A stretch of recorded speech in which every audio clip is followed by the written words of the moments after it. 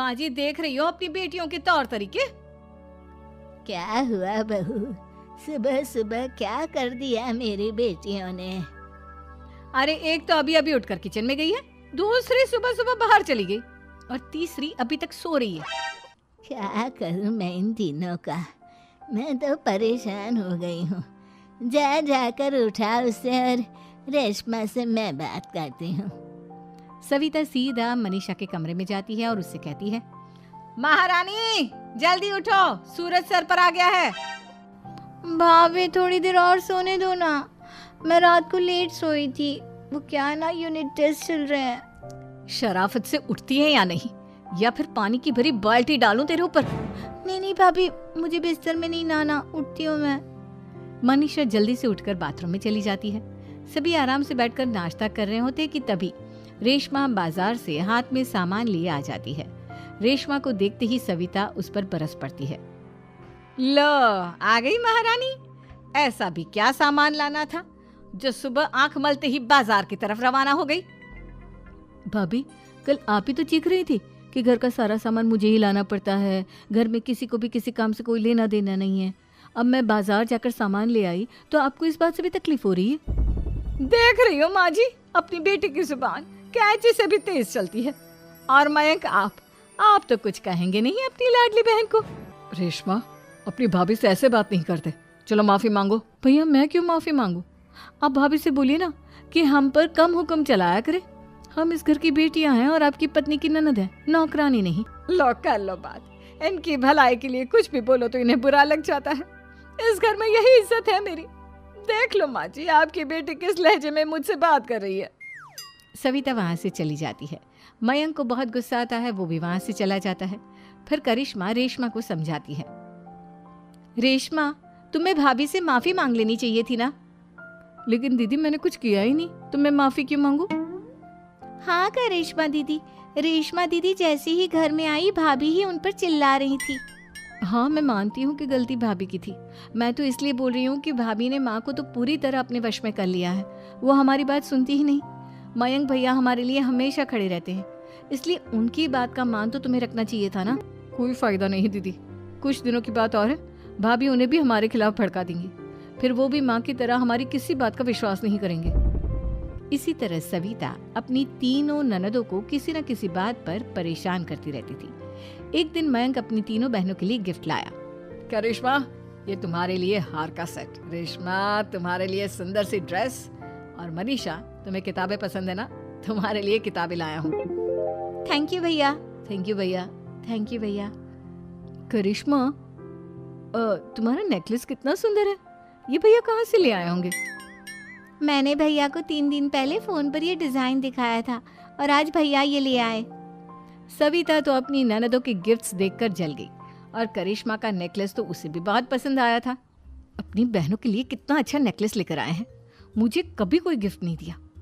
मैं आज ही ये हार चुरा लूंगी। रात में सविता करिश्मा का हार चुरा लेती है और इसी तरह उसे अपनी ननदों की जो भी चीज अच्छी लगती वो उसे मांगती नहीं, बल्कि रात के अंधेरे में चुरा लेती। इसी तरह दिन बीतते गए और सविता ने मयंक के दिल में भी उसकी बहनों के लिए नफरत पैदा कर दी। एक दिन मयंक ने करिश्मा और रेशमा के लिए रिश्ता देखा और ये बात उसने घर में सबको बताई। माँ, करिश्मा और रेशमा के लिए बहुत अच्छा रिश्ता आया है, वो लोग कल इन्हें देखने आ रहे हैं, आप और सविता मिलकर सारी तैयारी कर लेना। ये सुनकर करिश्मा और रेशमा खुश हो जाती हैं, लेकिन सविता सोचती है, अगर इन दोनों बहनों की शादी हो गई तो घर और बाहर का काम कौन करेगा? मनीषा तो 1 नंबर की कामचोर है, उससे तो किसी बात की उम्मीद लगाना ही बेकार है। मुझे इस शादी को रोकना होगा। अगले दिन सभी लड़के वालों के स्वागत की तैयारी करने में लगे होते हैं। तभी मयंक अपनी बहनों से आकर कहता है, तैयार हो गई तुम दोनों? देखो दोनों लड़के बहुत अच्छे हैं, मैं कोई कसर नहीं छोड़ना चाहता, इसलिए तुम उनके सामने अच्छे से बिहेव करना और अपनी भाभी से लड़ने मत लग जाना। करिश्मा तुम वो नेकलेस पहन लो ना जो मैं तुम्हारे लिए लाया था। भैया मैं बहुत देर से वो नेकलेस ढूंढ रही हूँ, लेकिन मुझे मिल ही नहीं रहा। क्या तुमने नेकलेस खो दिया? तुम्हें पता भी है वो कितना महंगा था, तुम कोई काम ढंग से नहीं कर सकती। मयंक गुस्से में वहां से चला जाता है। थोड़ी देर बाद लड़के वाले भी आ जाते हैं, वो दोनों बहनों को पसंद कर लेते हैं और रिश्ता पक्का हो जाता है। लेकिन सविता के दिमाग में तो कुछ और ही खिचड़ी पक रही थी। वो पंडित जी के पास करिश्मा की कुंडली लेकर जाती है और उन्हें पैसे देकर करिश्मा की कुंडली बदलवा देती है। जब लड़के वालों के पास करिश्मा की कुंडली जाती है तो वो दुर्गा को फोन करते हैं। बहन जी, हमने करिश्मा की कुंडली अपने पंडित जी को दिखाई थी। आपकी बेटी की कुंडली नहीं बल्कि दोषों का पिटारा है। देखिए, मैं और मेरे पति इन सब बातों में बहुत विश्वास करते हैं, इसलिए हम आपकी बेटी से अपने बेटे की शादी नहीं करा सकते। इस तरह करिश्मा का रिश्ता टूट जाता है और सभी घर वालों को बहुत दुख होता है। अब कविता सोचती है, चलो करिश्मा का तो रिश्ता टूट गया, अब रेशमा का भी रिश्ता तोड़ना है। क्या करूं? अब सविता आवाज बदलकर किसी अननोन नंबर से रेशमा के होने वाले ससुराल में फोन करती है। हेलो, मैं कौन हूँ कौन नहीं ये आपके लिए जानना ज़रूरी नहीं। बस इतना सुन लो कि रेशमा का 2 साल से किसी के साथ अफेयर चल रहा है। बस रेशमा का रिश्ता तोड़वाने के लिए सविता का इतना कहना काफी था। अब रेशमा का भी रिश्ता टूट गया। मयंक और दुर्गा देवी ने रेशमा को खूब खरी खोटी सुनाई और उससे बार बार उस लड़के के बारे में पूछने लगी। आप दोनों मुझे क्यों परेशान कर रहे हो? अरे कोई लड़का होगा मेरी लाइफ में तो मैं बताऊंगी ना, जब कोई है ही नहीं तो कहाँ से लाऊं मैं कोई लड़का? तो तेरे होने वाले ससुराल वालों को फोन किसने किया था?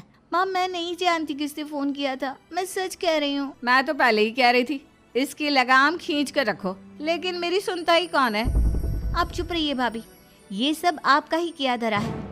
अब तीनों बहनों को विश्वास हो जाता है कि ये सब उनकी भाभी ही कर रही है। तीनों बहनें अपनी भाभी को सबक सिखाने के लिए एक वकील कर लेती है और घर में हिस्सा मांगना। देखो भैया, माँ बाप की जायदाद में जितना बेटों का हक होता है उतना ही बेटियों का, इसलिए इस घर के 4 हिस्से होंगे और हमें अपना हिस्सा चाहिए।